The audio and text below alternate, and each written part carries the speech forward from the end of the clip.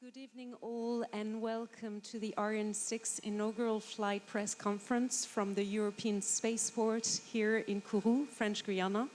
I'm Anne-Sophie Prada, the head of communication of the European Space Agency, and I will be the moderator of this press conference. We have a journalist here with us in the room, and we also have journalists following us online. So I will start by introducing our speakers, get some first comments from them, and then I will open the floor to questions. Questions will come from the room, but you can also, for those that are remotely located, ask them from the media@esa.int. So let me introduce the speakers here today. We have Joseph Aschbacher, the Director General of the European Space Agency. We have Philippe Baptiste, the CEO of CNES. Martin Sion, the CEO of ArianeGroup. Stéphane Israël, CEO of Arianespace. Tony Tolkien-Nielsen, who is the ESA Director of Space Transportation, Karine Levaux, CNES Head of Space Transportation, Valérie de Corvère, A6 Inaugural Flight Program Manager at ArianeGroup, and Caroline Arnoux, Head of the Ariane Business Unit at Arianespace. I guess we can all clearly state that today is an extraordinary day for Europe. We've witnessed an incredible show. We have a launch success and Europe is back in space. So I would like to ask you, please, if you could share all your comments, your feelings, your emotion. How do you feel today? And Joseph, you start with this comment, please. Yeah, thank you, Anne-Sophie, and a very warm welcome also from my side. It's late here in Kourou, it's even later in Europe, but I can tell you, despite the late hour, we are really excited. We are relieved, we are excited. This is a historic moment. An inaugural launch of a heavy launcher does not happen every year. It happens probably every 20 years or maybe 30 years. The last one was about 30 years ago. And today we have launched Ariane 6 successfully, and this is a big milestone. So Europe is back, as you were saying. I feel personally relieved, but super excited because this now brings us back on track. We will, of course, we are on plan now to launch another mission before the end of the year. I think I give the privilege to Stéphane Israël to announce, but before the end of the year, we plan the next launch, and then of course we start with the ramp up as of next year, as according to plan. So yes, Europe is back. This powers Europe back into space. It was very important for the European Space Agency, as you can imagine, but much wider. It was very important for space in Europe and even for citizens across Europe because they depend on data which our rockets are delivering into space. So very happy and a big day, and really I can't wait for the next steps to come. Thank you, Joseph. Yes, Europe is back. We are back in space. We are back in business. It's a very important day because we are talking about Europe's sovereignty, European access to space. You are not a space player if you don't have access to space. So it was a very, very important day, and it's a great success. We are very, very happy about that. So it's amazing. The campaign was, I would say, well, perfect. The launch was very good, and so it's really a great day. It's an amazing first launch. On a personal feeling, I just want to mention how proud I am from my teams, of course, my CNES people who have been working on the launch pad, of course, on building the launch pad, but also to run the CSG but not only proud of CNES people, also proud of all people in the program, people from ESA, people from ArianeGroup, people from Arianespace, and with all our partners all over Europe. So it's really a great achievement today, and I'm very, very happy. Martin, please. You know, a lot has been said. First, I feel relieved after this success because even if everything which could be done at ground, you know, in terms of tests, in terms of calculations, etc., we all know that an inaugural flight is not a walk in the park, so it's better to have it behind us. And so I absolutely feel relieved, and I will share what said Philippe. It's also a matter of pride for all the people who have been working in this program. I mean, this has been a difficult program. thousands of people working on it in ArianeGroup, in our industrial partners. And I think it's really something which that I want to acknowledge today, and I already congratulated them, but I want to insist on that because what has been done is just huge. What you did not see is that there was no problem during the chronology. The flight was uneventful, all the launcher part was uneventful, and it shows the mastery of the launch pad, the launcher, all the launch system, which has been developed by the team over the last months, and this is something which is a real achievement. Stéphane, your turn to share with us your emotions. Yes, so again, we need to thank all the support we have had during all these years from the member states. We need to congratulate the teams who made this success, from ESA, from CNES, ArianeGroup, with the support of Arianespace. We have here some experts. They happen to be ladies, by the way, and apart from Tony, but and some others are in the room, and I think it's very important to tell to all of them what we owe to their level of expertise. And indeed, what has been achieved tonight is now enabling us to prepare at full speed the next launches. We have a very motivating target, which is to make the second launch by the end of the year. We have now, for the second launch, passenger, which should be CSO3 for the French MOD. And we will have all the next ones which are going to follow. And now what is very important for us is to prepare the ramp-up. And just on a personal touch, it was a bit strange because I have had the feeling that it was even easier than on Ariane 5. So it was not something I expected, but the chronology, I have made a lot of chronology, and it was one of the most easy chronology. And so it's amazing that for our first launch, things have been so smooth and so easy. So congratulations. You mentioned the key role that all the experts play, so I would like to give them the floor as well to give, maybe share comments, or maybe Tony, you want to start?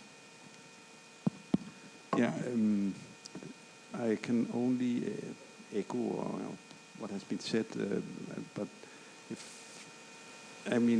Joseph asked me this morning, how do you feel? And I said to him, I have stress, and I have confidence, and I have also emotions. And before the launch, when people ask me, so how do you feel about this? Are you nervous? I said I was 96% confident and 4% very nervous. And I think I was lying a little bit.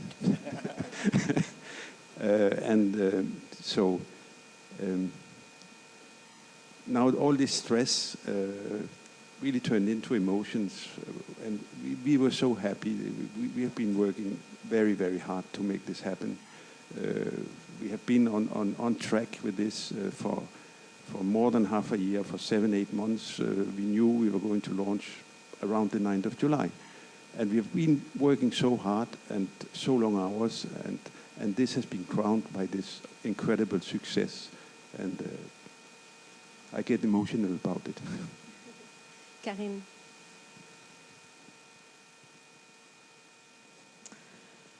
What an incredible success that we had today. It was a great moment. The launch is a great success, and we achieved something very, very high, very amazing. And it is important to thank every people involved in the program who makes this success possible today. I'm so proud to be part of these people, and it was amazing. Thank you.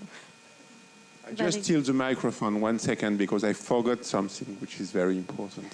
Because we have thanked our teams, and that, of course, it's amazing, but we have not thanked, all the people who ensure the safety and the security of the site and of the launch. And I am thinking of the Force Armée de Guyane, so both legionnaires on the ground and gendarmerie, but also in the air. You could see Rafale up there, but not only, helicopters and all around. and an amazing number of people who have been dedicated to ensure the safety and the security of the base and of the launch. So I want to thank them. We always have to think that they are always there for each launch, and so thank you very much again. Thank you, Philippe, for mentioning that. Valérie, and then Caroline, please. Yes, personally, I was in the launch center where are the operators for the chronology and also all the engineers. And this team, this ArianeGroup, ESA, CNES team, has been working now since the start of the campaigns, so since several weeks, really day and night, I can say that, weekends. And there was a lot of emotion. There was also a lot of serenity concerning the chronology we were going to face, because we had repeated more or less the same type of chronology during the combined test of a launcher, which we did last year, with a lot of success also. But there was a lot of excitement, and yes, I must say a lot of emotion. And it was really a great moment to be there with all the team and to be able to share it with all of them. And I think we were all so proud of what we had achieved all together. And this is something we will remember for our full life. And it's one moment in time in a professional life for sure, and even in one life, I would say. Thank you, Caroline.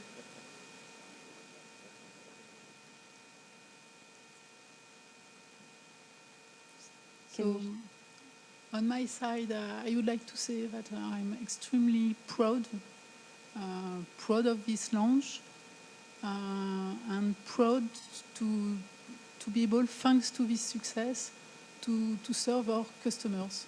We have a lot of customers which were waiting for Ariane 6, and Ariane 6 is there. And thanks to the success, we are able to serve them. And I think it's extremely important for all of us. And I would like to say also that I'm impatient, because this success was, of course, important, but it's the beginning of something. And I will be extremely happy to be back to work tomorrow morning to start the preparation of the coming missions. Thank you all. We already have some questions because something occurred during the tech demo phase. So could you please elaborate on that? Maybe Martin? Yes. You well understood that there were several phases in this flight. And we have centered our comments on what was the main objective of this flight, which was the launch phase, and which culminated with the separation of the first satellites, which was done after 2 boosts of Vinci and APU, everything ran perfectly. And then we had a demonstration phase, which was to see how the upper stage behaves in microgravity and how the different systems operate. Because microgravity is something that we cannot test on the ground. And that was the purpose of the demo phase. And what happened is that at one point of time, we reignited the APU. It did reignite, and then it stopped. And that's, we don't know why it stopped. This is something that we will have to understand when we've got all the data. And then the upper stage behave according to this new situation, which means that the Vinci engine decided not to restart because there was no APU operating, so it was not in a good condition to restart. And so there was a passivation of the upper stage, which was triggered in order to make it an object which does not create dangers of debris. And the passivation works perfectly according to plan. And also, it was the launcher system decided automatically not to release the 2 capsules, the 2 passengers, because it would have created additional debris. And so we have an event which is not understood yet, which is why did the APU stop. But all the rest of the mission was according to plan. So this is unfortunate, but this is also why we make a tech demo in flight, because there are some things that we cannot test on the ground. And this is why, from the beginning, we were very clear on the fact that there were two aspects. One was to demonstrate the launch success, which we did, and then to understand and to gather as much information as possible in this microgravity phase. And I'm looking forward to have all the data and that all the teams, all the experts will work in order to better understand what happens, and we will inform the public at that time. I suggest we start now with the questions and start with the room and journalists present here in the room. Could you please stand up and state your name and media, and someone will bring you a microphone. Do we have to speak in English or can Yes. it be in French? Yeah. About the minor thing that happened at the end, to what extent does it put into question the program of the new launch, the next launches of Ariane 6? No, my colleagues will complement, but as we said, we have what we have achieved tonight with the launch success enables us to prepare the next missions, and starting with the second one. So we are perfectly on track now to make a second launch this year in 2024 for the French MOD and to make the next missions. So it has no consequence on the next launches. So now we'll take one question. I guess Stephen Clark from Ars Technica, your question was answered, but please let us know if you want to further elaborate on it. We have a question from Thierry Dubois from Aviation Week. Was the first 3 separations around 1:05 a.m. successful? And then the second question is, the APU is a key element of the Vinci launcher and reignition in particular. If it worked correctly just once, should engineer go back to fine-tuning the APU? Josef Aschbacher? Yeah. Just to answer the first part, but I think the second part was already replied to by Martin. Yes, so the stage is separated correctly, first stage from the second stage. This worked all nominally, exactly according to the time. And on the APU, it fired once correctly and exactly according to expectations. On the second try, this was exactly as Martin was just explaining. After a short while, it shut down, and therefore we had the situation was developing exactly along the nominal situation, nominal in the sense of what was programmed in order to continue the mission profile. Now, a question from the room, please. Yes, Josh Brozana from Political. Thank you. 2 questions, if that's okay. First of all, to Joseph and to Philippe. You were both very outspoken before the launch about the decision by EUMETSAT to switch one of the flights to SpaceX instead. I wonder, after today's success, do you have anything to add to that? Would you maybe suggest a turnaround for the agency on that decision? And secondly, maybe for Martin, just on the maybe slightly distant topic of human spaceflight, what is the status of conversations? Are they at a very early stage about what could happen to convert Ariane 6 in the future to carry a human spaceflight mission? Thank you. Yeah, on the MDG, or let's say not using Ariane 6 for the MDG S1 mission, I think this is really something for EUMETSAT to comment. It's not for me as ESA, or neither for CNES or anyone else. What we did express, and I think we can repeat what was said in the past, it was surprising that the decision was made before the launch has occurred today. But the decision itself, I would like to make it crystal clear, is a decision of EUMETSAT. And maybe we can make just a comment, because we have spoken about the launch success, but the very first part of the mission, the first 18 minutes, were sufficient to make a mission such as EUMETSAT. It was an Ariane 5-like mission, so we can say very clearly tonight that what has been demonstrated during the first 18 minutes were strictly sufficient to make a mission such as the one for EUMETSAT. Well, as far as we stand by, well, I stand by what I said, which was, I think, pretty clear, talking about European autonomy and safety and so on. So I stand by that, and I'm not sure it's the right time to discuss this right now. There's a question from Leo and I think there was another question, but I won't give an answer which is very interesting, which is how could we adapt Ariane 6 to human spaceflight? I mean, if there is a need, it's something which is possible. A significant part of the additional safety come from the capsule, okay? But today we don't have a huge stream of work on this topic. But if there is a need, this is something that we would study very carefully and with a good appetite. And coming to Philippe Baptiste's comment, I mean, it's clear that when you see all the efforts which have been made by the member states to have autonomous access to space with Ariane 6 made by industry, which took its responsibility in all the difficulties, etc., to make this program where it is today, it would make sense that institutional payloads in Europe would be sent by a European launcher when they are available. And now Ariane 6 is available. A question from Leo Enright from the Irish TV. How important was the TV payload provided by the Irish company Realtra? And specifically, did it play a role in analyzing the anomaly after the successful orbit insertion?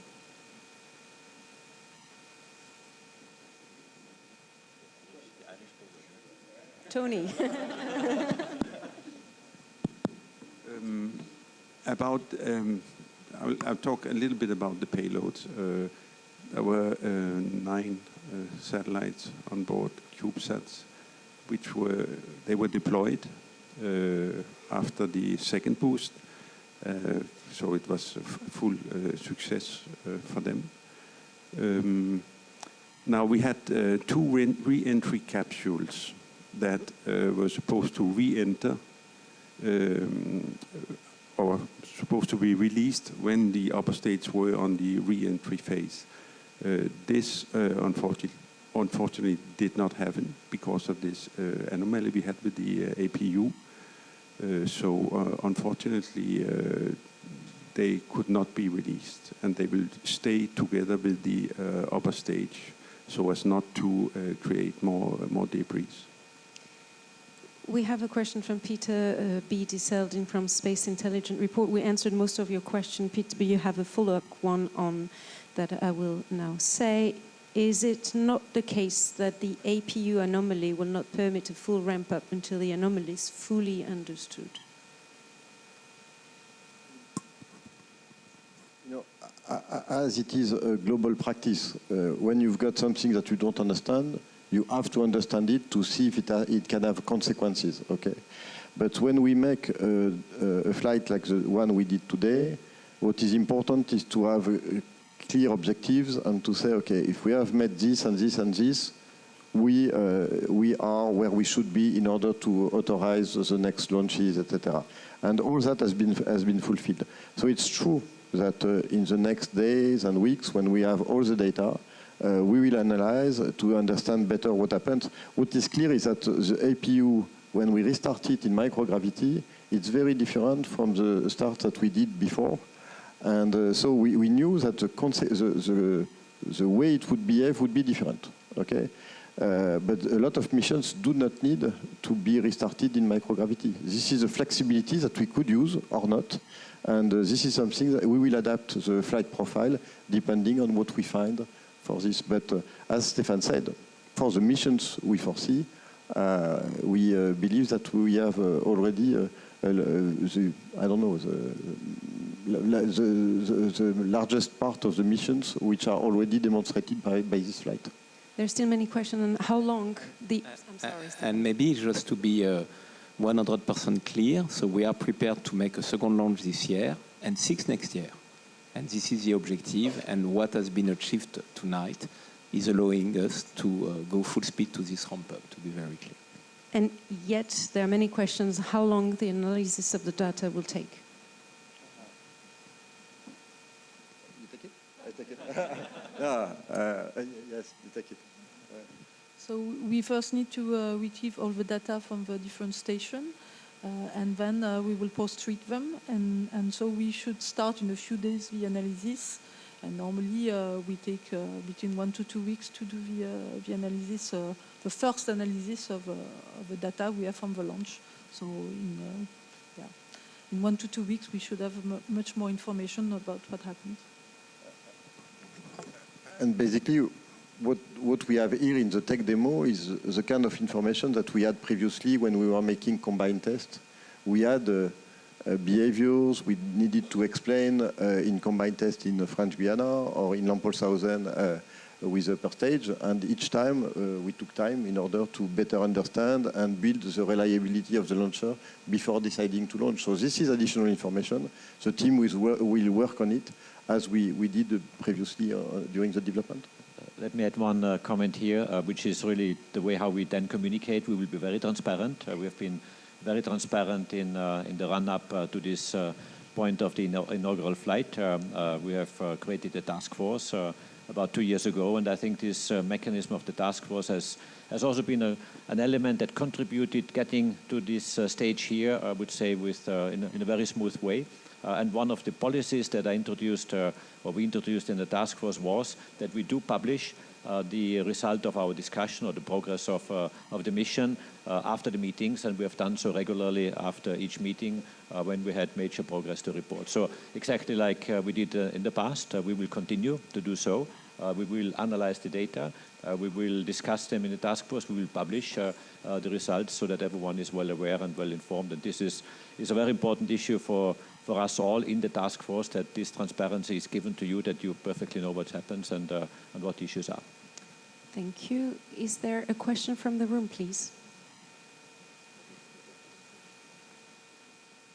No. Let me check online.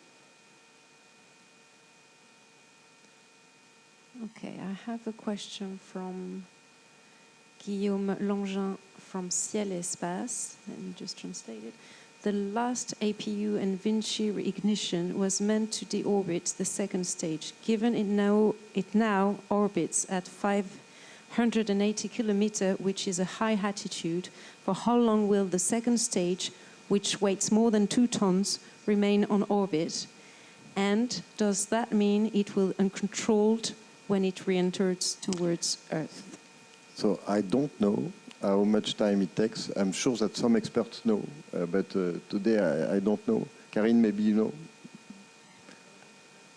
No, you don't know. The microphone, no? So I don't know. What is clear is that there are a lot of upper stage which are still orbiting and takes sometimes several years to go back, depending on the orbit they are. And so it's not a unique situation. But what is true is that we did not demonstrate today the deorbitation of Vinci. Okay, that's clear.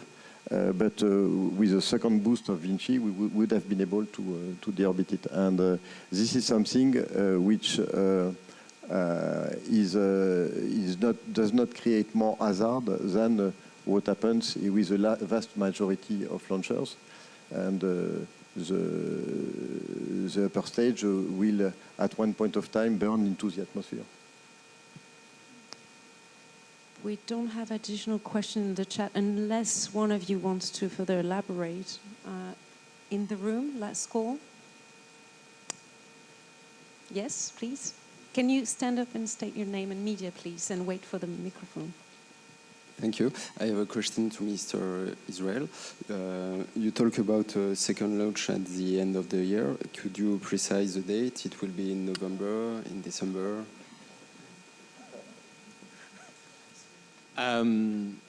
Let's elaborate a little bit on what is coming now in the Guyana Space Center.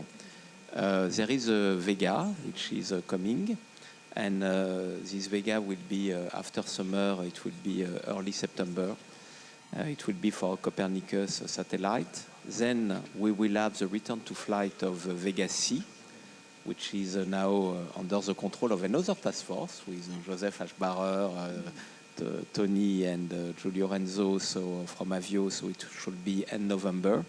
And it means that the second launch of Ariane 6 is now forecasted in December, after the return to flight of Vega C. Thank you. So 3 launches coming, so it's also the mark that we are back. I have no more questions, so I guess this closes the press conference. We thank you all for your presence here. We thank you for the questions for those that were remotely located. And I think we all want now to celebrate because, again, it was a big, big success for Europe. And I think a round of applause.